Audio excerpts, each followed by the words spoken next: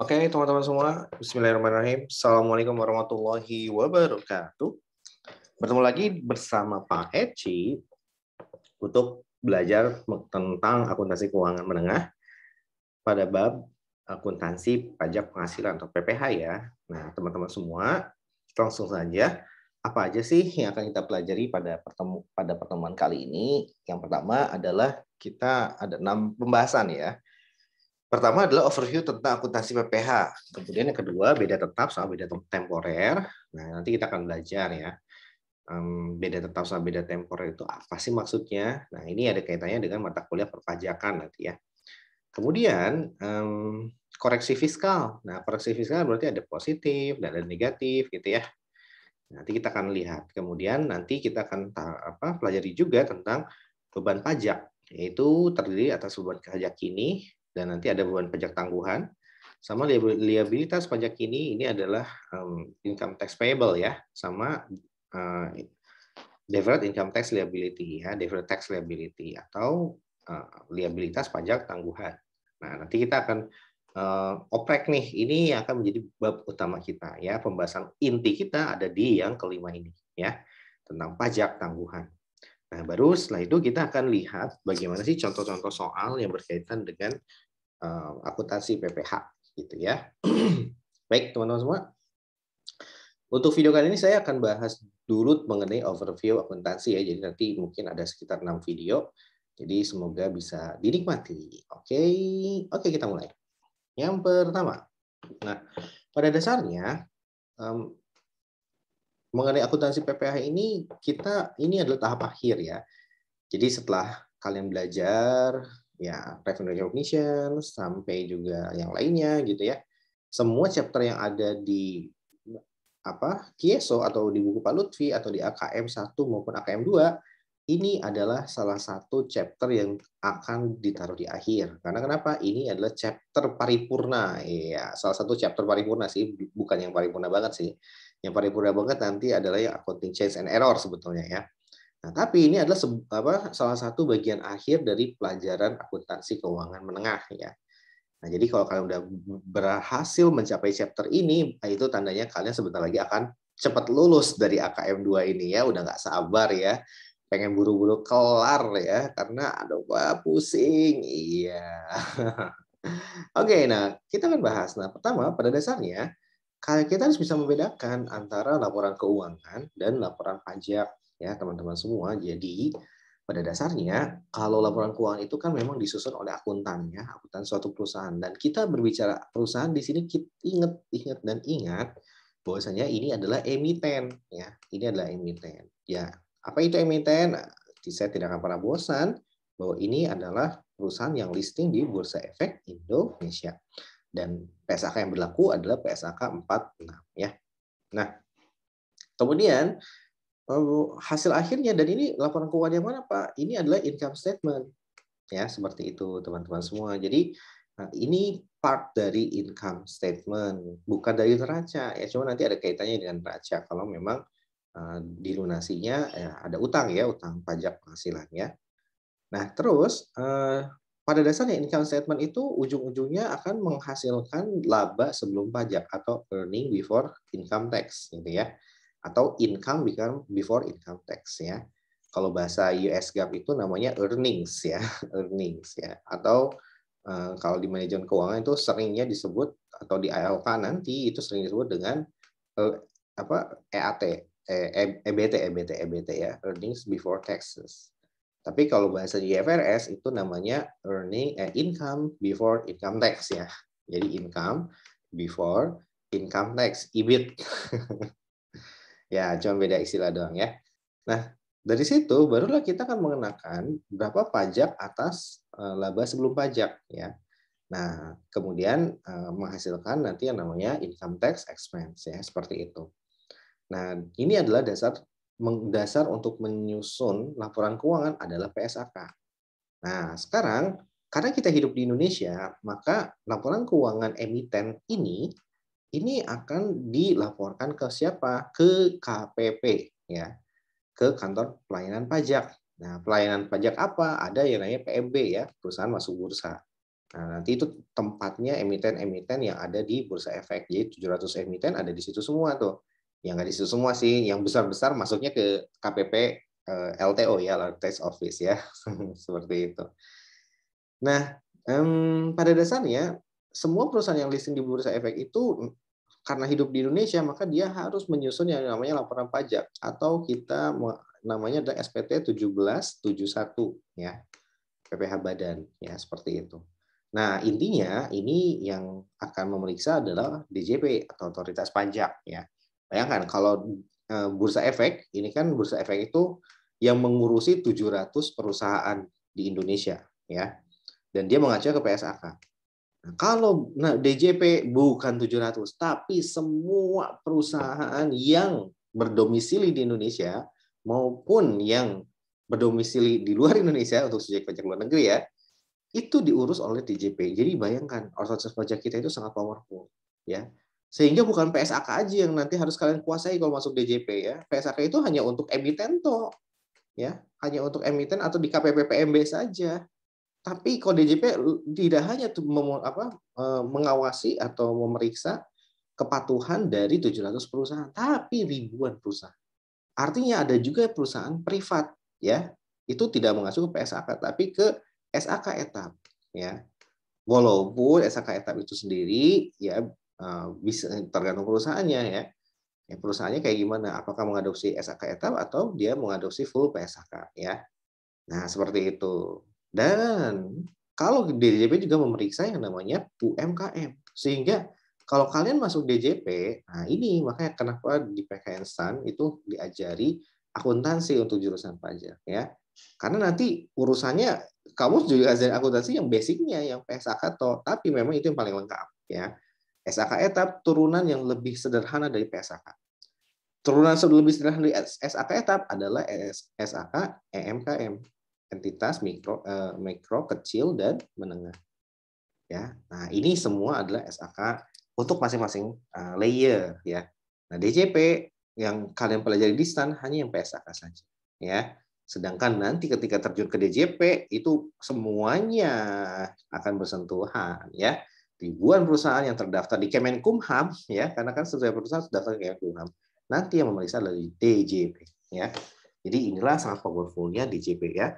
Dan tentunya kita sangat bangga bahwa dia berada di bawah Ministry of Finance. Oke ya. Nah dari situ sebetulnya dikonversikan dari DJP tidak semua laba yang diakui based on PSAK itu diakui berdasarkan undang-undang perpajakan. Ya bisa diakui sebagai laba kena pajak ya. Nah, jadi belum tentu sama dan belum tentu juga beban pajak penghasilan yang dihitung based on PSAK itu sama dengan ya utang pajak yang terutang ya atau income tax payable. Nah, income tax payable inilah yang nanti wajib dibayar oleh siapa? Oleh si WP atau kalau kita di sini lah emiten ya. Emiten yang listing di Bursa Efek Indonesia ya. Nah, jadi kalau ini skopnya sebenarnya hanya di satu KPP ya, KPP perusahaan masuk bursa toh gitu. Ya, pokoknya yang gede-gede lah. Cuman memang dari 700 perusahaan itu ya memang itu yang memiliki market cap yang paling besar ya. Jadi udah gede lah gitu dibandingkan dengan perusahaan-perusahaan di daerah yang masih kecil omsetnya ya. Oke, nah jadi pada dasarnya belum tentu sama. Kenapa? Karena basisnya berbeda. PSAK itu mengacu ke basis principle base ya, principle base. Kalau DJP mengacu ke basisnya rule base ya. Nah, contohnya ini yang paling gampang ya. Kalau PSAK itu rule base principle base-nya itu adalah di PSAK 72 ya. Nah, di PSAK 72 yang dinamakan kontrak itu boleh lisan ya, kontrak itu boleh lisan, boleh tertulis. Nah, gitu ya. Kalau dia tertulis ya, maka kalau DJP ya DJP tidak menerima kontrak lisan ya. Jadi kalau dibagi DJP yang tertulislah yang berlaku sebagai kontrak, lisan mah kagak gitu ya. Karena mengacu ke aturannya dan itu pun ditulis ya. Kalau di aturannya ditulis itu kontrak itu tertulis, maka kita harus patuh terhadap aturan. Dan ini mengacu ke KUH Perdata ya, yang mengatur tentang perikatan ya, KUH ya. Seperti itu. Nah, kalau di PSAK lingkupnya adalah lisan juga bisa. Artinya apa? Kalau kontraknya kayak kontrak kayak di warteg, oh ini ya udah bayar. Nah, ketika kita pesan itu sudah terjadi kontrak gitu ya. Nah, kalau DJP belum terjadi kontrak. Nah, jadi berbeda. Karena kenapa? Karena diatur di undang-undangnya adalah atau diatur di aturan pajaknya adalah dia yang harus tertulis. Ya, aturan mengatakan harus tertulis. Kalau lisan tidak diatur dalam aturan, nah berarti nggak bisa, gitu ya. Nah, ini adalah gray area, ya seperti itu, ya sehingga menyebabkan ada banyak perbedaan, ya. Nah, kemudian, nah itu prinsip perbedaan antara prinsipal sama rule base, ya. Nah, dampaknya adalah kemana? Ya ke pengakuan pendapatan. Nanti akan ada pendapatan yang diakui oleh DJP hanyalah pendapatan yang tertulis saja, bisa jadi seperti itu. Ya, dan pendapatan yang cuma dalam bentuk kontrak lisan sih tidak diakui, ya. Seperti itu ya. Nah sekarang apa namanya? Cuman itu kan kalau kita di apa WP-nya diperiksa dan memang ada kontrak lisan ya, pasti dikoreksi ya, seperti itu ya. Tapi ya tergantung situasi dan kondisi juga sih ya, tidak semua sama. Oke. Nah yang kedua adalah contohnya kalau di DJP, jadi pada dasarnya apa yang menimbulkan perbedaan ini Pak? Perbedaan antara PSAK sama Undang-Undang Perpajakan. Tadi ya clue-nya ya, udah ada tuh. 72 itu adalah apa? Terkait dengan pengakuan penghasilan. Nah, dan kita sedang membahas tentang pajak penghasilan kan? Ya, seperti itu. Nah, sehingga apa? Sehingga kalian mesti perhatikan bahwasanya di DJP ada yang dinamakan ya unsur-unsur yang menyusun suatu penghasilan, itulah yang nanti akan menimbulkan perbedaan antara laba berdasarkan akuntansi dan laba berdasarkan pajak, atau istilah kalau di DJP adalah penghasilan kena pajak ya. Nah, ini nanti berkaitan dengan pasal 4 kalau di Undang-Undang PPH 3 tahun 2008 ya, sebagai berubah terakhir di Undang-Undang 12 tahun 2021 ya, 2020 tentang Omnibus Law. Nah, intinya adalah pada dasarnya ini berkaitan dengan pasal 4 ya. Pasal 4 itu adalah pasal yang mengatur tentang penghasilan di Undang-Undang PPH ya. Nah, kita menyebutnya Undang-Undang PPH 1984 ya. Bukan berarti Pak itu kan udah tahun jadul ya. Oh tidak, karena undang-undang yang lama masih berlaku. Ini sifatnya adalah perubahan ya. Sampai dengan Omnibus Law 2020 yang kompartemen perpajakan itu sifatnya hanya perubahan terakhir dari undang-undang yang 1984. Sehingga bisa dikatakan ini masih berlaku ya. Beberapa pasal ya masih belum mengalami perubahan ya, seperti itu. Tapi mostly memang sudah berubah ya, seperti itu. Makanya kita selalu menyebut Undang-Undang UU PPH ya 1984 ya, atau UU PPN 1984 ya, seperti itu. Nah, kembali lagi ke sini. Nah, berarti unsur yang menyebabkan penghasilan itu berubah apa aja? Ya pasti karena ada di pasal 4, yaitu penghasilan yang bisa dikenakan pajak atau taxable income. Dan yang apa namanya yang mempengaruhi penghasilan tersebut tentunya adalah apa? Adalah biaya, pasal 6. Nah, gitu ya, biaya-biaya yang bisa dibebankan menurut pajak. Ini namanya deductible expense ya. Ya, kemudian ada di pasal 9, yaitu biaya-biaya yang tidak dapat dibebankan kata undang-undang pajak gitu ya. Undang-undang PPH yaitu non deductible NDE ya. Non deductible expense ya, seperti itu. Nah, ini adalah yang menyebabkan perbedaan antara PKP dan laba menurut akuntansi. Ya, seperti itu. Ya, nanti kita bedakan dari pasal 4, 6 ini pasal inti ya. Pasal 4, 6, 9 ini nanti ada yang bercabang dua, ada yang termasuk kepada beda tetap dan nanti ada yang termasuk beda temporer ya. Beda permanen sama beda tetap, beda temporer ya, beda sementara seperti itu. Nah, nanti ada juga di pasal 10 tentang penyusutan ya, ada seterusnya. Nah, nanti inilah yang menyebabkan perbedaan ya. Jadi kita klasifikasikan beda tetap mana aja dari seluruh pasal ini dan mana yang menyebabkan beda temporer ya. Yang ini kalau kita mungkin beda tetap sama beda waktu ya, bukan BT sama BP ya. Tapi BW ini beda waktu, ya ini beda tetap ya. Nah, seperti itu ya. Jadi yang nanti berkaitan dengan chapter akuntansi PPH adalah yang ini. Ya, inilah yang akan menjadi DTL, Deferred Tax Liability. Dan inilah yang diatur di PSAK 46 ya. Oke. Nah, seperti itu. Jadi perbedaannya adalah di pasar. Nanti kita clustering mana yang masuk beda waktu, mana yang masuk beda tetap ya. Oke. Nah, kemudian teman-teman semua, nah ini rinciannya ya. Jadi ini adalah berdasarkan SPT ya. Ini SPT. Kemudian kalau ini adalah ya PSAK 1 ya, PSAK 1 ya. PSAK 1 ya. Seperti itu. Jadi ada penjualan neto, beban neto dan bla bla bla bla bla bla gitu ya. Nah, kemudian kalau dikonversikan ke SPT 1771 ya, tentang PPh badan, maka bentuknya akan seperti ini.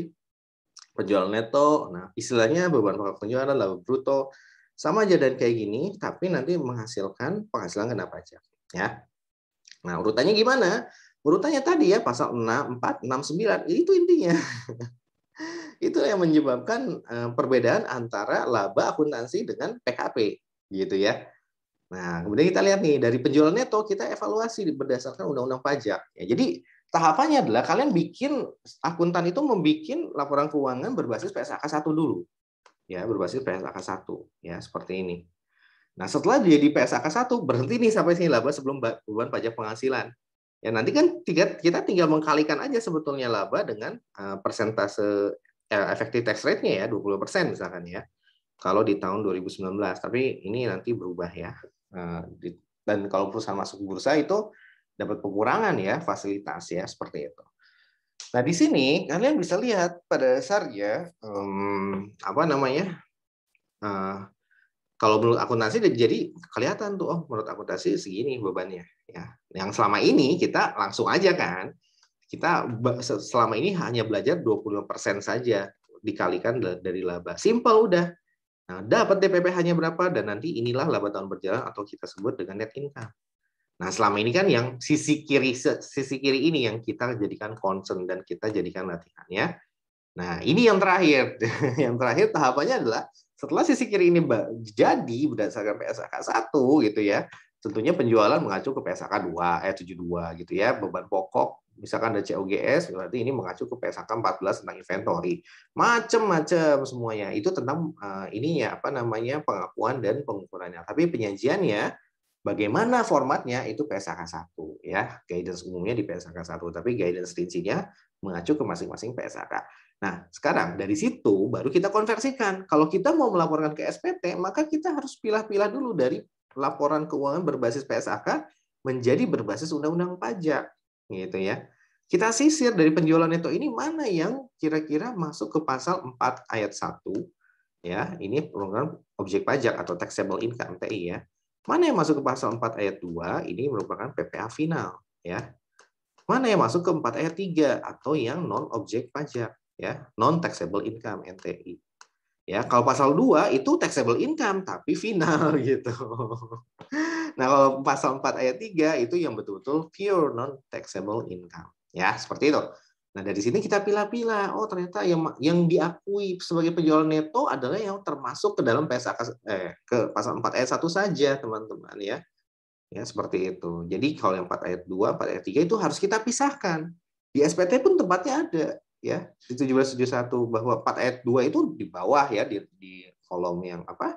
Lampiran yang kedua kalau tidak salah ya. Kemudian kalau untuk yang non objek juga ada tempatnya masing-masing.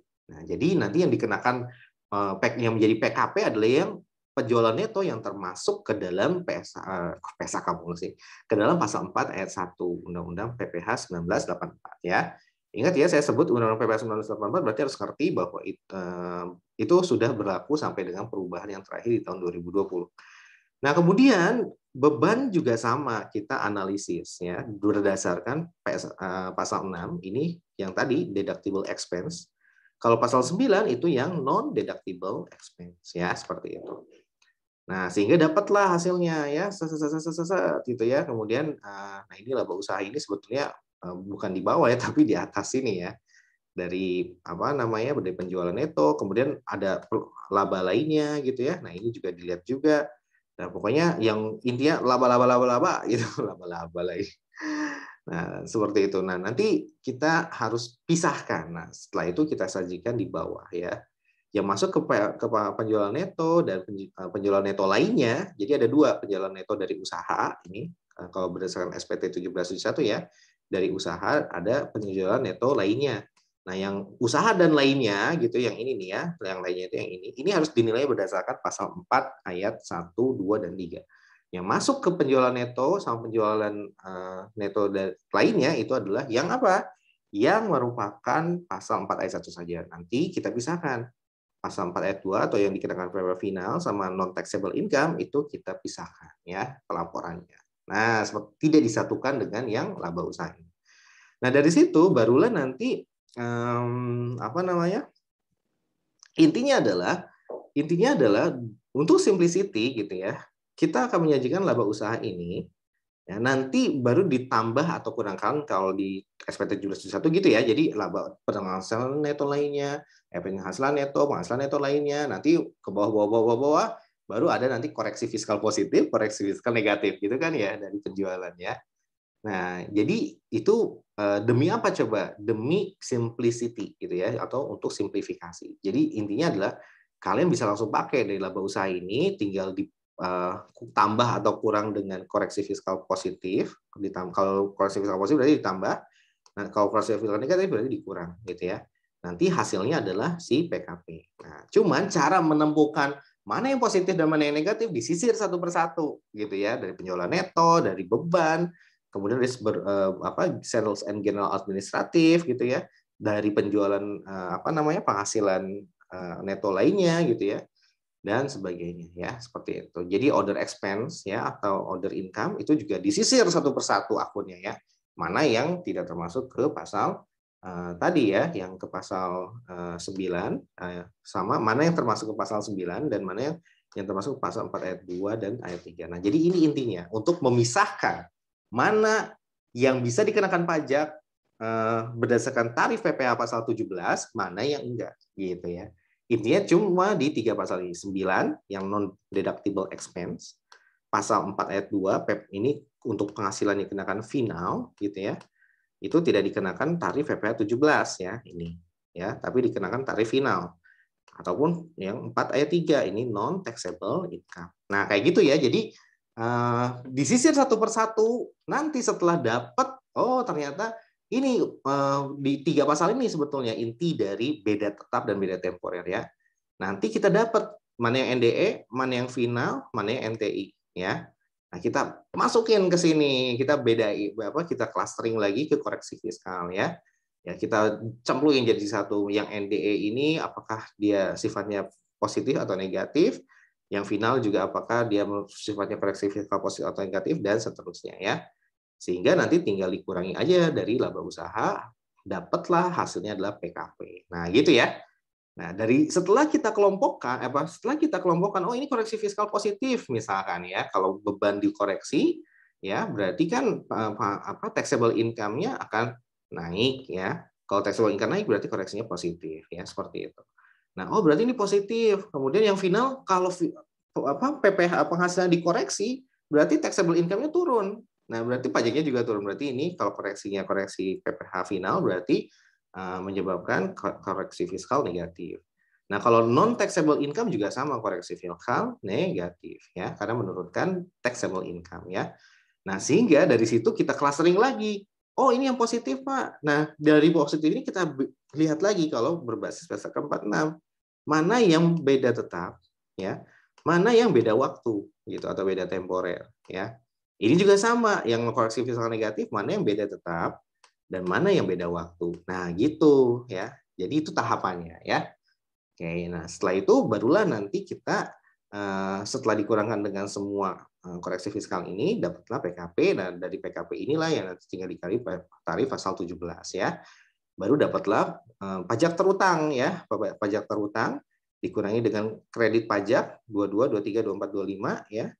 Baru nanti hasilnya pajak yang kurang bayar ya, pasal 29 ya. PPh pasal 29.